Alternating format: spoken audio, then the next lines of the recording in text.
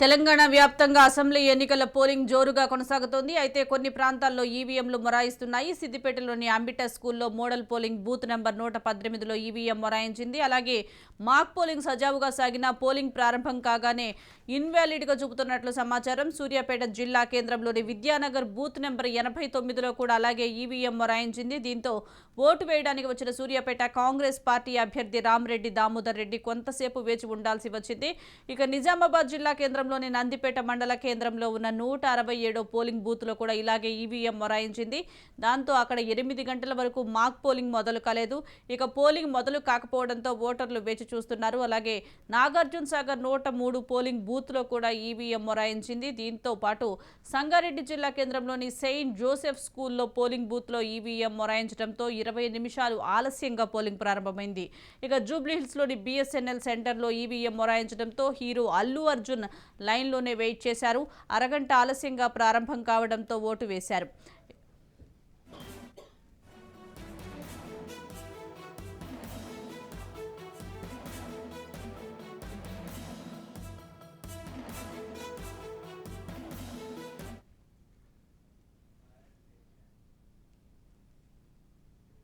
Telangana assembly ఎన్నికల polling ప్రారంభమైంది. ఉదయం 7 గంటల నుంచే ఓటర్లు తమ ఓటు హక్కును వినియోగించుకుంటున్నారు. దీనికి సంబంధించి పూర్తి సమాచారం మా ప్రతినిధి విక్రాంత్ లైవ్ ద్వారా అందిస్తారు. విక్రాంత్, అక్కడ ఎన్నికల పోలింగ్ ఎలా కొనసాగుతుందంటారు?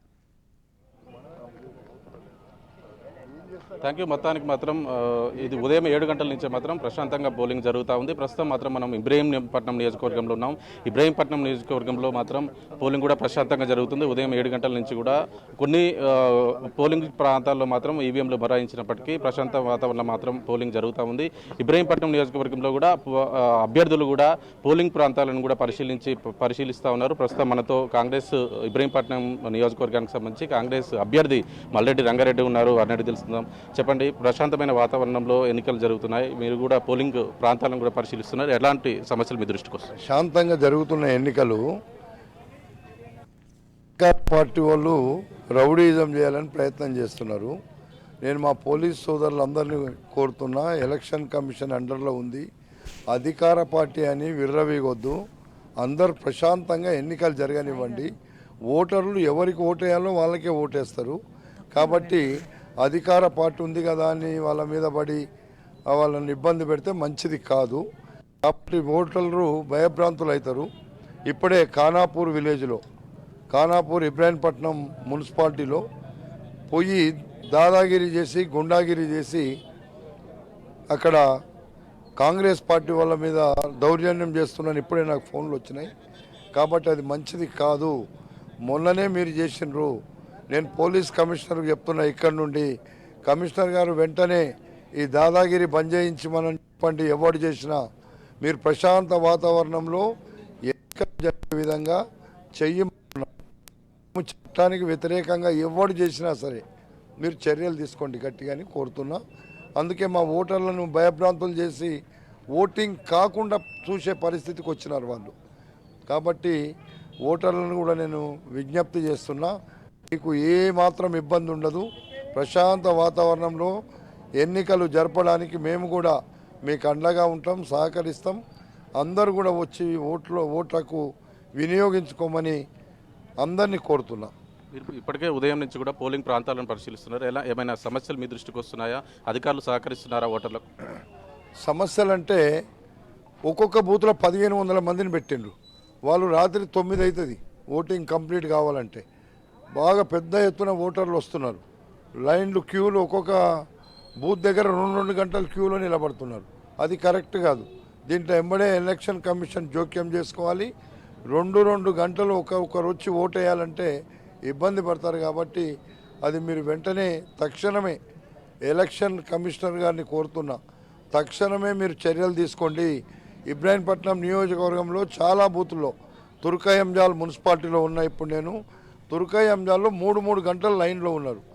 ఇది ఓటర్లు వచ్చి 3 గంటల లైన్లో నిలబడడం సరైన పద్ధతి కాదు. అవి వెంటనే దాని మీద ఏం చర్య తీసుకుంటారో తీసుకోండి. ఇప్పటికే అధికారులు కూడా ఓటింగ్ శాతం పెంచడానికి అనేక మార్గాలను ఎంచుకుంది. ఓటింగ్ శాతం ఎంతవరకు మీ నియోజకవర్గంలో అవుతుంది అనుకుంటా? ఫాస్ట్గా ఓటింగ్ అయితే 80 అబోవ్ అవుతుంది. ఇక్కడ తప్పకుండా అవుతుంది. ఇక్కడ ఓటింగ్ శాతం పెరగడానికి అవకాశం ఉంది బాగా. ఇప్పుడు వాళ్ళని చూస్తుంటే ఉదయం 6 గంటలకే వచ్చి క్యూలో నిలబడ్డారు. 6 గంటల నుంచి క్యూలో నిలబడ్డారంటే వాళ్ళు స్వతాన ఓటు వినియోగించుకోవాలి, మా హక్కును వినియోగించుకోవాలనేటువంటి దాంట్లో వచ్చినారు.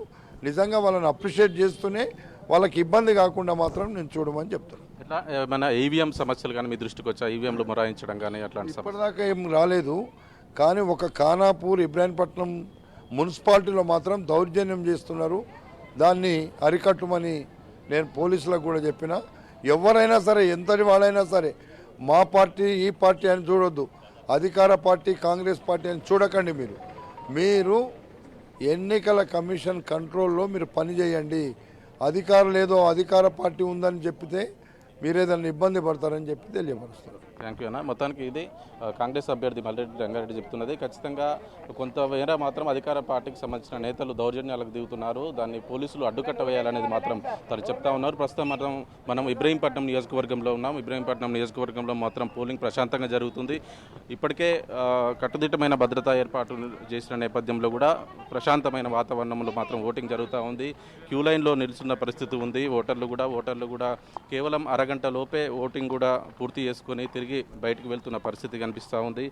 ఎట్లాంటి సమస్యలు వాళ్ళ దృష్టికి వస్తున్నాయని ఒకసారి అడిగి తెలుసుకుందాం. సార్ చెప్పండి, ఎప్పుడు మీరు లైన్లోకి వచ్చారో, ఏమైనా సమస్యలు ఉన్నాయా ఇక్కడ? ఇప్పుడే వస్తున్నాం మేము, సమస్యలు ఏం లేవు. పోలింగ్ కూడా ప్రశాంతంగా నడుస్తుంటగా అనిపిస్తుంది.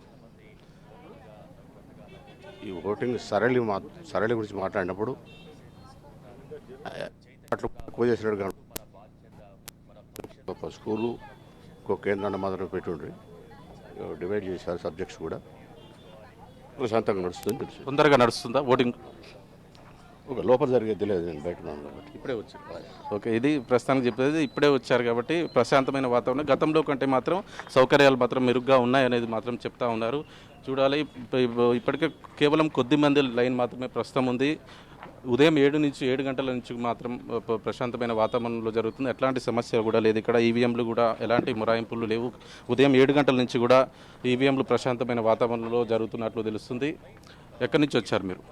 ఇది మునుగోడు బ్యాంక్ కాలనీ నుంచి. ఎంతసేపు అవుతుంది వచ్చి లైన్లో నుంచి? 10-20 నిమిషాలు అవుతుంది. 20 నిమిషాలు అవుతుంది. ఏమైనా సమస్యలు వచ్చా మీ దృష్టికి?